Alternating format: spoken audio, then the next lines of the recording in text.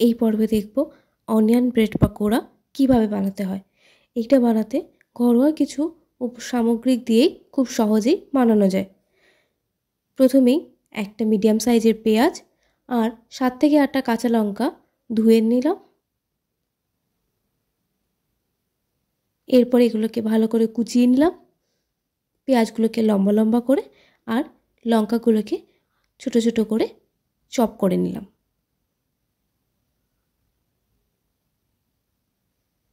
এরপর একটা প্লেটের মধ্যে কয়েক পিস ব্রেড নিয়ে সেগুলোকে ঠিক কোনাকুনিভাবে এইভাবে তেরছা করে কেটে নিলাম। অর্থাৎ প্রত্যেকটা পাউরুটি থেকেই এইভাবে 4টে করে পিস বেরোলো। ব্রেডগুলোকে ঠিক কোনাকুনি করে কেটে নিলাম। এইভাবে আরেকটা ব্রেডও কেটে দেখিয়ে দিচ্ছি।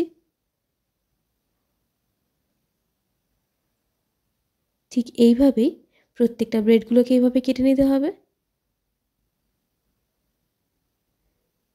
এরপর হামানদিস্তায় 1/4 টিস্পুন গোটা জিরে, 1/4 টিস্পুন জোয়ান দিয়ে দিলাম। এরপর এটাকে আধগুঁড়ো করে নেব। বেশ 2 মিনিটের মতন ভালো করে প্রেসার দিয়ে মিশিয়ে নিলে আধগুঁড়ো হয়ে যাবে। মশলাগুলোকে এইভাবে আধগুঁড়ো করে নিলাম। এরপর এটাকে একটা সাইডে বাটি বা প্লেটের মধ্যে তুলে রেখে এই একই হামানদিস্তায় 3 টুকরো রসুন দিয়ে দিলাম এবং এটাকেও মোটামুটি ভালো করে থেতো করে নিলাম। থেতো হয়ে গেলে রসুনটাকে সাইডে রেখে দিলাম। এরপর একটা বাটির মধ্যে বেশ খানিকটা বেসন নিয়ে নিলাম। প্রায় 4 টেবিল স্পুন মতন বেসন নিয়ে নিলাম। এরপর এতে কিছুটা কর্নফ্লাওয়ার নিয়ে নিলাম, প্রায় 2 টেবিল স্পুন। এরপর এতে 1/4 টেবিল স্পুন লঙ্কার গুঁড়ো নিয়ে নিলাম, 1/4 টেবিল স্পুন হলুদ গুঁড়ো নিয়ে নিলাম, 1/2 টেবিল স্পুন মতন লবণ দিয়ে দিলাম। এরপর ওই বেটে রাখা মশলাটাকে দিয়ে দিলাম আর তাতে ওই বেটে রাখা রসুনটাকেও দিয়ে দিলাম। এরপর অল্প করে জল দিয়ে দিয়ে পুরো ব্যাটারটাকে গুলিয়ে নেব। ব্যাটারটাকে অল্প অল্প করে জল দিয়ে গোলাতে হবে। একেবারে জল দিয়ে গুলিয়ে দিলে তাহলে ব্যাটারটা একেবারে পাতলা হয়ে যেতে পারে। ব্যাটারটা যাতে ঘন এবং থকথকে একটা ব্যাটার তৈরি হয় তাই জন্য অল্প অল্প করে জল দিয়ে দিয়ে বারে বারে ব্যাটারটাকে মিশিয়ে দেখতে হবে এবং ব্যাটারটাকে খুব ভালোভাবে মিশিয়ে নিতে হবে যাতে ব্যাটারটার মধ্যে কোনো ছোট ছোট বা বড় কোনো লাম্পস হয়ে না থাকে।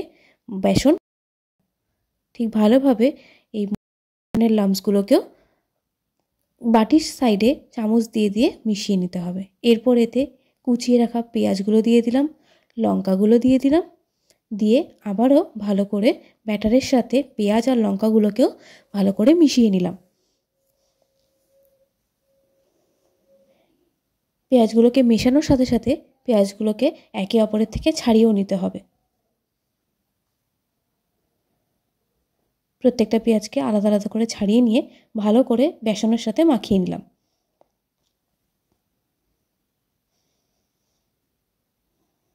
মাখানো হয়ে গেলে এরপর একটা কড়াইতে বেশ খানিকটা পরিমাণ সাদা তেল নিয়ে নিলাম।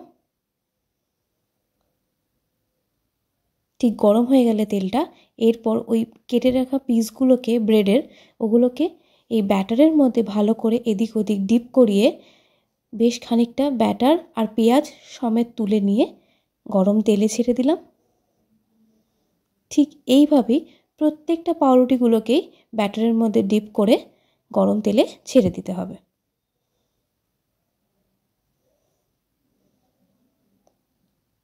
আর এই ব্রেড পকোড়া বানানোর প্রথমেই গ্যাসের ফ্লেমটাকে লো টু মিডিয়াম ফ্লেমে রাখতে হবে।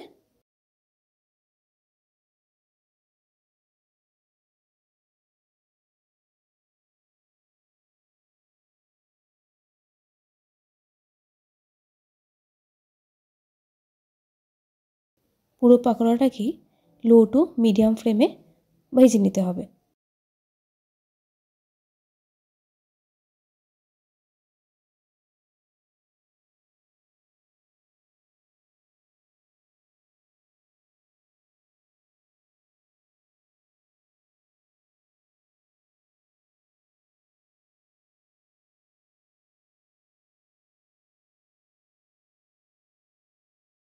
পকোড়ার একটা দিক মোটামুটি একটু ভাজা হয়ে এলে এবার খুন্তির সাহায্যেও পকোড়াগুলোকে ঠিক এইভাবেই উল্টে দিতে হবে।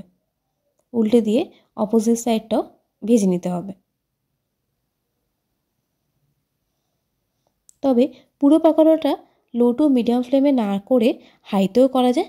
তবে প্রথমে দুটো পিঠ ভালো করে পকোড়াটাকে লো টু মিডিয়াম ফ্লেমে করে নিয়েই এরপর যেহেতু ভেতর থেকে কিছু ভালো করে কুক হওয়ার নেই, তাই জন্য গ্যাসের ফ্লেমটা হাই করে দিয়েও ভাজা যায়। তবে দুটো দিক ভালো করে আগে ভেজে নিতে হবে।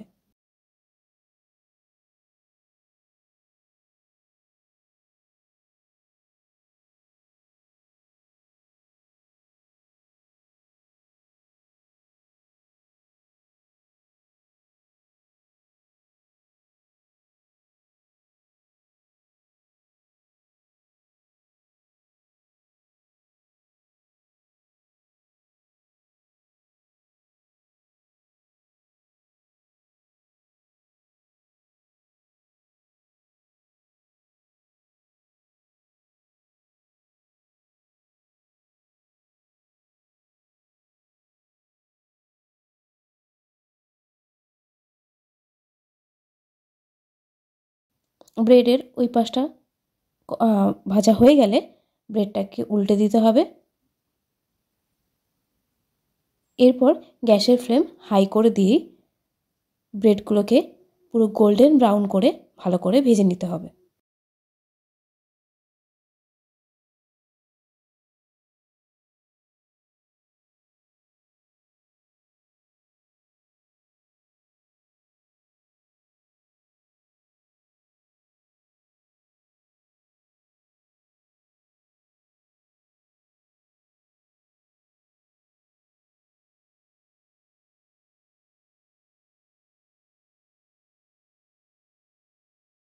প্রত্যেকটা ব্রেড পকোড়াকেই এইভাবে উল্টে উল্টে দুটো পাশ ভালো করে গোল্ডেন ব্রাউন করে ভেজে নিতে হবে।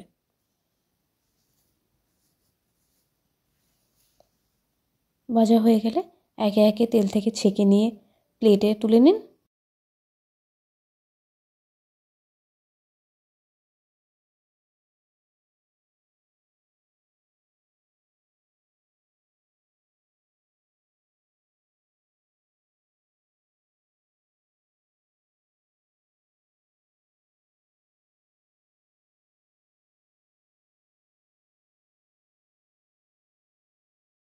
এই ব্রেড পকোড়া বানাতে খুব বেশি খাটনিও হয় না আর খুব বেশি সময়ও হয় না, তবে খেতেও অসাধারণ লাগে।